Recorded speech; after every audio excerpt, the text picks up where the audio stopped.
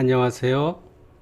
삶과 죽음을 생각하는 삶과 죽음의 교차로입니다. 저는 이 채널을 개설하면서 삶에 대한 이야기도 하지만 주로 죽음에 대한 이야기를 하려고 합니다. 삶에 대한 이야기로 가득 찬 유튜브 채널은 많습니다. 좋은 책도 많이 읽어주고요. 그런데 죽음에 대해서 말해주는 또 이야기를 들려주는 유튜버는 거의 없는 것 같아요. 그래서 제가 이 일을 하게 됐고, 또 무엇보다도 제가 죽음에 대해서 관심이 많았기 때문에 또 이 일을 하게 되는 겁니다. 저는 늘 이야기하죠. 이 세상에 죽음만큼 확실한 것은 없다. 그런데 사람들이 왜 죽음을 두려워하고 의사로부터 불치의 병이라고 하는 선고를 받으면 불안해할까? 이게 너무 당연한 거거든요. 병들어 죽는 것은. 죽음에 대한 이야기를 좀 많이 하고 또 많이 듣고 하면 죽음에 대한 두려움도 없어지지 않겠습니까? 지금 바깥에서는 비가 주룩주룩 내리고 있습니다. 오늘 주제가 비와 모종의 관련이 있어 보이기도 하네요. 비 하니까 떠오르는 에피소드가 하나 있습니다. 한 10년 전으로 기억하고 있는데 제 내담자였던 남자 청년이었습니다. 20대 후반이었는데 오늘처럼 비가 주룩주룩 내릴 때 제 상담실 문을 열더니 인사를 아주 맑고 밝은 소리로 했습니다. 근데 이분은 심한 우울증을 앓고 있기 때문에 표정이 늘 어두워요. 또 얼굴이 활짝 개었어요. 그래서 이유를 물었더니 저는 비 오는 곳이 좋습니다. 비만 오면 기분이 좋아진대요. 왜 그러냐고 물어봤더니 왜 비가 오면은 우리는 그 빗속에 갇혀 있는 느낌을 좀 받지 않습니까? 갇혀 있다는 느낌? 그리고 빗소리를 계속 듣다 보면은 빗소리로부터 보호를 받고 있다는 느낌도 들어요. 여러분 캠핑 즐기시는 분들 계시죠? 저는 캠핑을 별로 즐기지 않는데 캠핑을 즐기시는 분들 이야기 들어보면은 그 천막 안에 들어가서 이제 비가 계속 쏟아질 때 그 빗소리에 이제 귀를 집중하고 있으면 그렇게 마음이 편안해진다고 합니다. 그게 왜 그런지 아세요? 그 천막 안이 바로 어머니의 자궁, 모든 외부 자극과 위험으로부터 나를 건져주는 어머니의 자궁이 되는 겁니다. 무의식 안에서 그런 현상이 일어나는 거죠. 이게 편안합니다. 그래서 비가 막 쏟아질 때요, 다른 생각하지 말고 막걸리하고 파전 말고 맨정신으로 빗소리에 계속 집중하고 있으면은 그 비가 나를 보호해 준다는 느낌, 그리고 계속 빗소리를 듣다 보면은 편안한 느낌을 받습니다. 마치 유아가 엄마 품에 편안하게 앉아서 그 안식을 즐기는 것처럼 그런 경험을 할 수 있겠습니다. 자, 오늘 주제는 착한 귀신에 대한 이야기예요. 착한 귀신. 제목을 이렇게 잡아봤습니다. 착한 귀신은 나를 죽음에서 건졌다. 착한 귀신은 나를 죽음에서 건졌다. 그럼 귀신이 착해요, 악해요? 예. 사실 귀신은 착하지도 않고 악하지도 않아요. 그럼 귀신은 있을까요, 없을까요? 귀신이 있다고 생각하는 사람은 그에게는 있어요. 누가 뭐라고 해도. 귀신이 없다고 생각하는 사람은 누가 뭐래도 귀신이 없어요. 저는 오늘 이 내용에서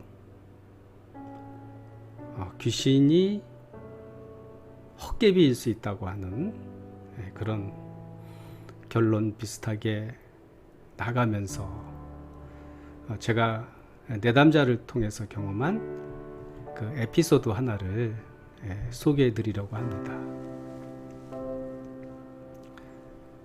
이제 막 대학을 졸업한 전문직에 종사하는 여성이 있었습니다. 그녀는 미모도 준수하시고 또 키도 크고 어쨌든 남성들로부터 매력적이라고 하는 말을 많이 듣는 그러한 분이었습니다. 그런데 그녀의 내면에는 지울 수 없는, 지워지지 않는 어린 시절의 아픔이 있었죠. 그녀가 상담 중에 한 10회기쯤 지났을까? 그때 한 얘기로 기억하고 있습니다. 이런 말을 했습니다. 선생님, 제가 전문직을 찾은 이유는 고소득 때문이 아니에요. 그래도 제가 하는 일이 낯선 사람을 만나야 하는 이유가 거의 없어서입니다. 그녀는 여성으로서 꽤 고소득을 받는 전문직 일을 하고 있었거든요. 근데 그게 돈을 많이 벌기 위해서 그 직을 선택한 것이 아니라 그 직이 낯선 사람을 만날 일이 별로 없는 그런 전문직이거든요. 그래서 그 일을 선택했다는 겁니다. 뭐가 있겠죠? 이어지는 이야기들이. 저는 서두르지 않고 기다렸더니 그녀는 또 이렇게 말을 했습니다. 그러니까 시간을 거슬러 올라가서 한 10년 정도 거슬러 올라갔습니다. 중학교 1학년 때의 기억을 회상을 했습니다. 선생님, 중학교 1학년이었죠? 제가요. 그날 학원을 마치고 집에 들어왔는데 세탁실 창문에서 여성 한 분이 저를 물끄러미 쳐다보고 있었어요. 얼마나 무서웠던지 머리카락이 우뚝 솟았어요. 그 자리에서 부들부들 떨었어요. 아마 집에는 아무도 없을 겁니다. 저는 거의 반사적으로 제 방으로 가지 않고 안방으로 가서 방문을 열었습니다. 아버지가 계시면 안 돼요. 어머니도 계시면 안 되고. 자정이 넘어서 들어오시는 분이거든요. 그런데 그날 아버지가 몸이 아프시다고 일찍 퇴근해서 들어와 계셨던 겁니다. 그래서 저는 아버지와 함께 세탁실 문을 열었습니다. 근데 아무것도 없어요.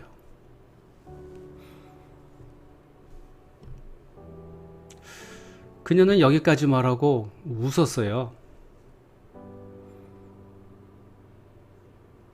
사람들은 내가 이 말을 해야 믿지 않을 것이다. 또 가까운 친구에게는 이 얘기를 했나 봐요. 근데 믿지를 않아요. 야, 네가 뭐 잘못 본 거 아니냐, 이런 말을 들어요.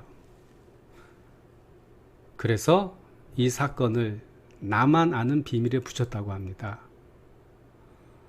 저는 그녀의 이런 이야기, 다른 사람이 볼 때는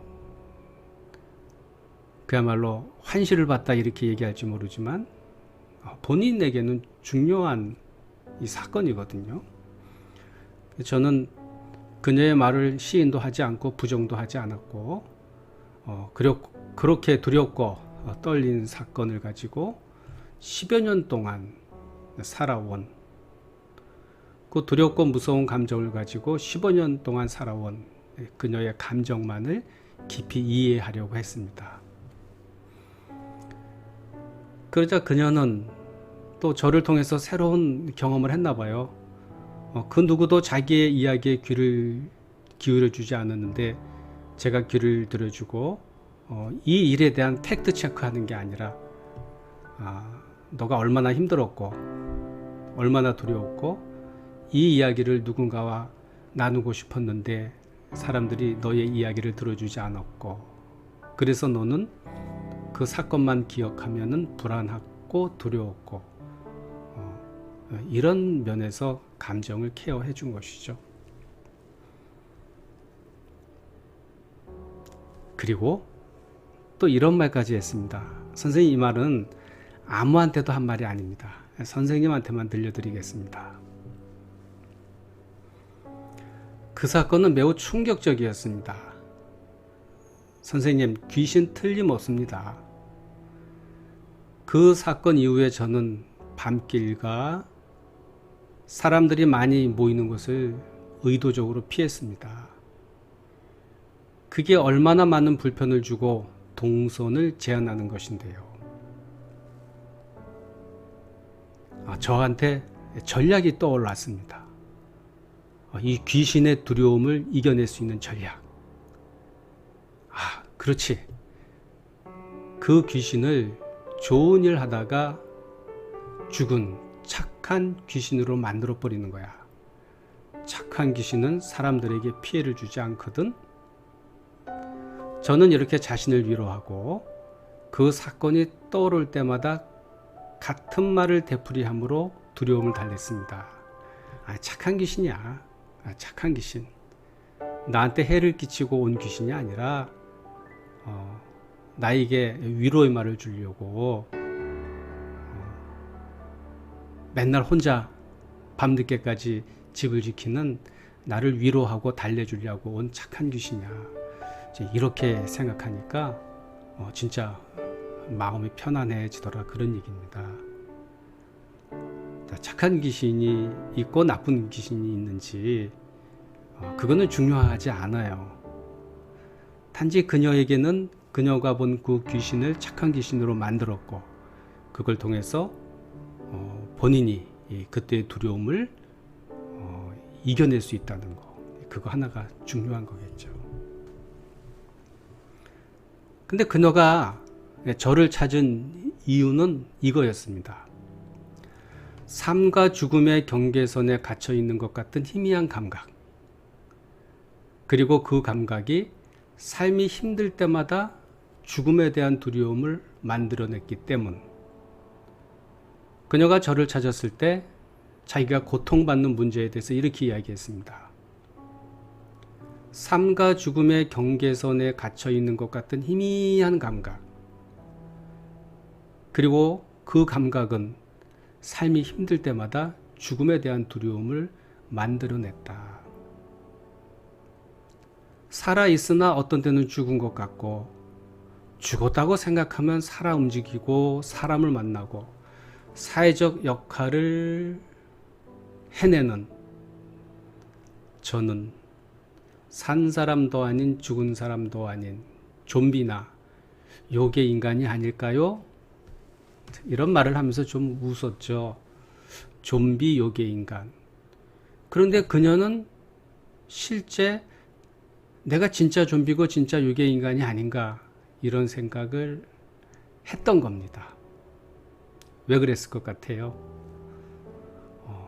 겉은 멀쩡하게 살고 있고 사회적 직업도 갖고 있고 일을 해나가고 있습니다. 그러나 그녀의 마음속엔 인격화되지 않은 귀신이 항상 있었어요. 그녀는 둘이었어요. 자신이 있었고 또 그때 본 귀신, 죽은 귀신, 죽었다가 귀신이 된. 그러니까 그녀는 삶과 죽음의 경계를 오가는 그런 아주 불편한 감정에 시달린 것이죠. 자, 어린 시절 이야기를 좀 들어보면은 그녀의 부모는 자정이 넘도록 일을 하셨고, 또 그녀가 취약 이전부터 그녀는 자정이 넘는 시간까지 혼자 빈집을 지켜야 하는 날이 정말 많았습니다. 여러분 생각해 보세요. 학교도 들어가기 전인 5살, 6살 여아가 밤 12시 넘어까지 혼자 집을 지키고 있다. 너무 무서웠습니다. 불을 켜도 무섭고 불을 꺼도 무섭고, 그 무서움을 달래는 방법이 하나 있었습니다. 그것은 엄마 아빠가 계신 안방 그 침대에 올라가서 이불을 뒤집어 쓰는 거예요. 이불을 뒤집어 쓰고 있는 것. 불은 다 켜놓고 내가 이불 속에 들어가 있으면 그 안은 캄캄하겠죠. 그런데 이 이불 속이 자기를 외부로부터 보호해주고 있다는 느낌을 받은 거예요. 그 이불이 나의 보호막, 말하자면은 그 이불 속 안이 그러니까 엄마의 태중이 되는 거죠. 나를 보호해준 자궁이 되고 있는 거예요.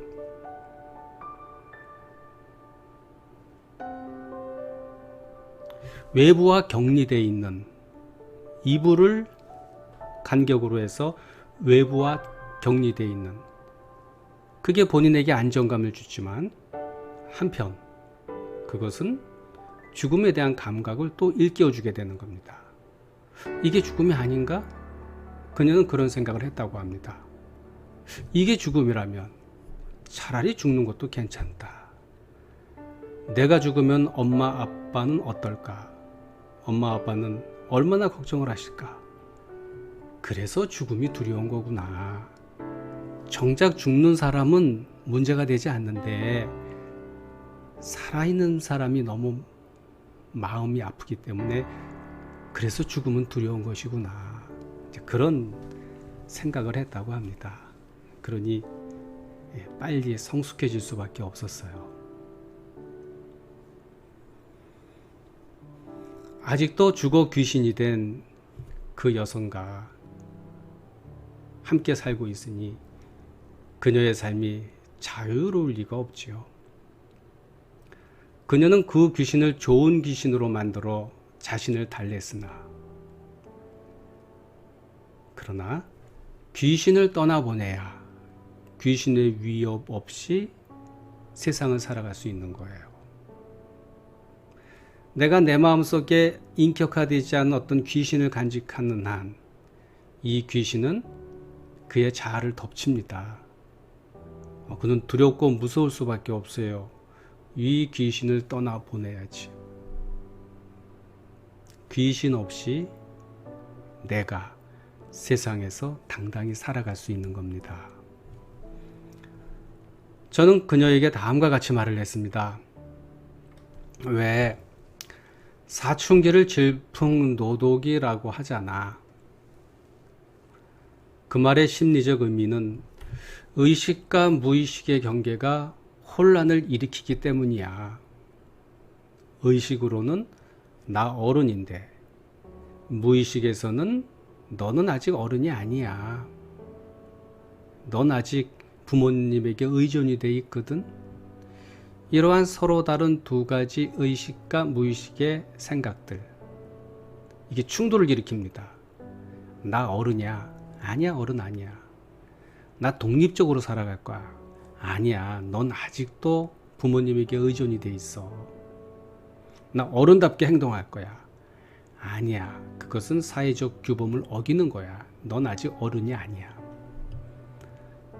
대체로 이런 혼란이 오죠. 그래서 질풍노독이라 이렇게 이야기를 합니다. 또한 사춘기에는 유년기의 미해결 심리적 과제를 해결하려고 유년기에 가졌던 불안과 두려움 등이 의식 위로 다 올라옵니다. 여러분, 우리의 유년기의 경험이 항상 좋은 것만 있는 건 아니에요.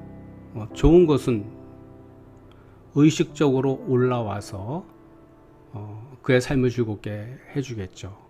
그러나 우리는 유년기에 불안도 경험합니다. 근데 이 불안은 대체로 이렇게 무의식의 억압이 되죠. 그러다가 사춘기가 되면 이 억압된 불안, 두려움 이런 것들이 의식 위로 올라옵니다. 그래서 이러한 내용과 말하자면 짝을 이루는 공포 영화나 괴담 이야기 있죠. 이게 짝을 이루거든요. 내 마음속의 두려움과 불안, 그리고 공포나 괴담 이야기나 괴담 영화, 이게 짝을 이루게 되잖아요. 그래서 막 사춘기를 시작할 때 이런 청소년들은 그런 무서운 영화를 좋아합니다. 이불을 뒤집어 쓰고 눈을 감고라도 그걸 보게 되는 것은 무의식에 있는 두려움과 짝을 이루기 때문에 그렇거든요. 그러면서 정화가 되는 겁니다. 자, 사춘기가 막 시작했고, 너는 혹시 따돌림을 당하면 어떨까 하는 적응의 문제로 하루하루를 걱정하면서 보냈을 거다. 너는 너의 두려움을 한 죽은 여성으로 시각화한 거다. 자, 두려움이 어느 정도 있을 때는요, 우리가 그 두려움을 의식적으로 느끼면 됩니다. 근데 그 두려움을 내가 감당할 수 없다면, 그만큼 그 두려움이 크고 우리의 에고가 응집력이 없다면 이 두려움은 이 귀신으로 시각화가 될 수가 있어요. 소위 이게 환시예요. 내가 감당할 수 없는 불안과 두려움, 이걸 바깥으로 표출을 해버려야 되거든요. 내 것이 아니라 바깥에 있는 것으로 만들어 버려야 돼요. 이럴 때 투사가 일어나고 그 환시, 실제 귀신을 보게 되는 겁니다. 본 사람의 입장에서는 실제를 봤지만 이걸 정신분석적으로 분석을 해보게 되면은 실제 하나의 대상으로서의 귀신이 있는 것이 아니라 내 안에 있는 두려움, 불안, 이것이 귀신으로 시각화되는 거예요. 왜 여러분 옛날에, 지금이야 가로등이 많이 켜져 있어서 그런 일은 없지만 옛날에 가로등이 별로 없을 때 밤길 혼자 걸어가면 무섭잖아요. 너무너무 무서우면 진짜 어떤 귀신의 형상이 앞에 이렇게 보이기도 해요. 근데 실제 귀신이 그 앞에 나타난 게 아니라 내 마음속에 있는 두려움이 그렇게 시각화가 되는 거다. 이게 사실 이 귀신의 심리학적인 정체입니다.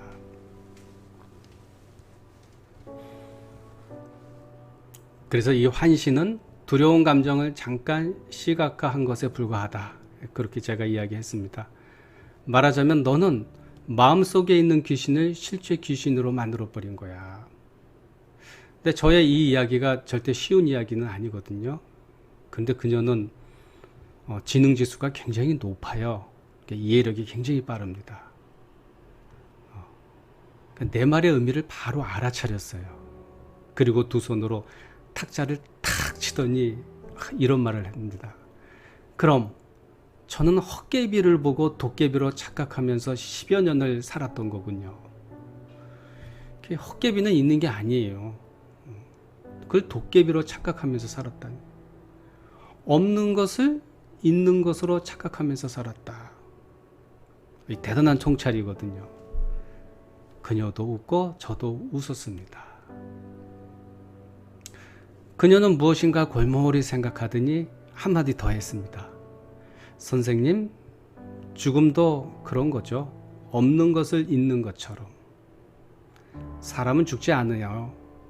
내 어린 시절 이불 속과 밖은 같은 곳이었습니다. 참 25살 이 청년에게서 이런 말이 나온다는 게 그렇게 쉽진 않아요. 책을 좀 많이 읽기도 했고 많이 생각하기도 했고, 내 어린 시절 죽음의 공포와 두려움으로 시달리던 그 어린 시절, 이불 속과 밖은 다른 곳이 아니었다. 그런 것처럼 삶과 죽음도 다른 것 같지는 않다. 그런 얘기를 하더라고요. 아마도 그녀는 이런 이야기를 하면서 죽음에 대한 공포로부터 벗어나기 시작했다. 죽음에 대한 공포로부터 벗어나기 시작하면서 이 귀신, 시각화된 귀신으로부터도 벗어나기 시작하는 그런 어떤 통찰을 담고 있는 반응이라고 저는 생각을 합니다. 뿐만 아니라 걱정거리도 환시입니다. 사람마다 한 가방씩 가진 근심과 걱정은 대부분 없는 것을 있는 것으로 만든 것에 불과합니다. 죽음은 있고 그것이 생명의 종말이라고 믿는 사람은 그렇게 살아갈 것이고, 때가 되면 두려움으로 죽음을 맞이할 것입니다. 죽음은 없고 죽음은 새로운 탄생이라고 믿는 사람은 죽음의 두려움을 이겨낼 초월의 가치관을 축적할 것입니다. 삶과 죽음이 별개가 아니라고 하는 그런 인식의 전환이 오면 그때부터는 초월의 가치관이 우리 내면에 조금씩 축적이 됩니다. 죽음에 대한 두려움, 공포도 같이 없어지는 것입니다. 사실 죽음에 대한 공포와 두려움이 없어지면 웬만한 신경증이나 우울증으로부터는 벗어날 수가 있습니다. 죽음에 대한 철학적 사색은 지적 고뇌를 하게 하고, 죽음 명상은 평화롭게 합니다. 죽음에 대한 진부한 이론은 죽음을 더 모르는 것으로 하고, 죽음과 관련된 정보와 계속 업데이트되는 자료를 살피면 죽음은 아는 것이 됩니다. 죽음은 모르는 것이 아닙니다. 알 수 없는 것이 아닙니다. 누구든지 죽음에 대해서 관심을 가지고 그쪽 자료를 정독하면 죽음은 모르는 것에서 아는 것이 됩니다. 단지 우리가 관심을 가지려 하지 않을 뿐입니다. 감사합니다. 오늘 여기까지 하겠습니다.